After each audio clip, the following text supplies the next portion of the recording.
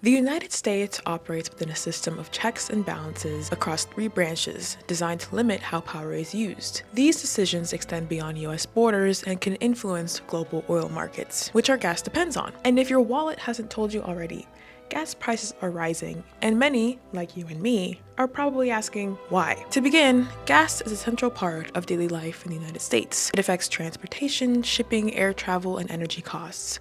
It also impacts grocery prices and supply chains, since goods rely on transportation to reach stores. And when gas prices rise, the cost of living rises with it. These outcomes are tied to government decisions, both domestic and abroad. And to give a refresher, the government is structured into three branches: the executive, the legislative, and the judicial. Each branch has defined powers and limitations, and each is meant to check the others. The president, as head of the executive branch, directs foreign policy and military operations. Congress, and note this becomes important later, holds the authority to declare war under Article 1, Section 8 of the U.S. Constitution. The judicial branch interprets the law and evaluates whether actions align with the Constitution. This structure becomes especially important during times of conflict. Before we delve into that though, welcome to Ayada's Corner, where diaspora women and new Americans shape the future. We're here to inform, inspire, equip you to lead, engage, and transform with your community. Today, we're introducing a new series called Ayada for Civic Change on Ayada's Corner. Our first episode focuses on the basics of government, more specifically on the executive branch and how it connects to current events. Check out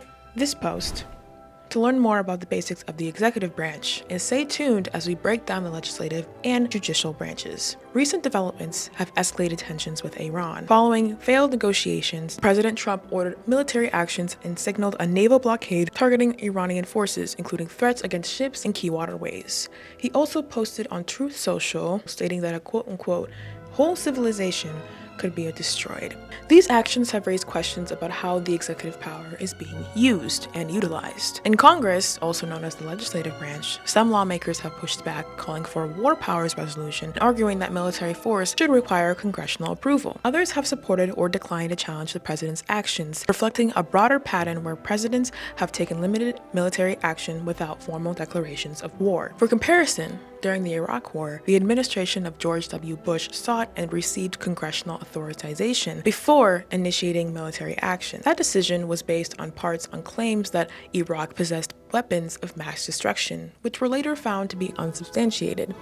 Congress still voted to authorize the war, illustrating how checks and balances can function procedurally even if the underlying information is disputed. The judicial branch could weigh in on current actions, but courts rarely intervene immediately in matters of active conflict, legal challenges, and often take time. As a result, these debates connect directly to economic outcomes. Rising tensions in the region affect global oil markets. A key location is the Strait of Hormuz, where a significant portion of the world's oil is transported. If access to that route is disrupted or restricted, supply tightens and prices increase. Even the risk of disruption can drive prices upwards. The United States produces oil domestically, but still operates within a global energy system, meaning international conflict continues to shape domestic gas prices. To conclude, understanding the power structures in our government helps us better understand our role as constituents in this country. It is imperative that we educate ourselves on what our systems of government provide and how they impact us as the people.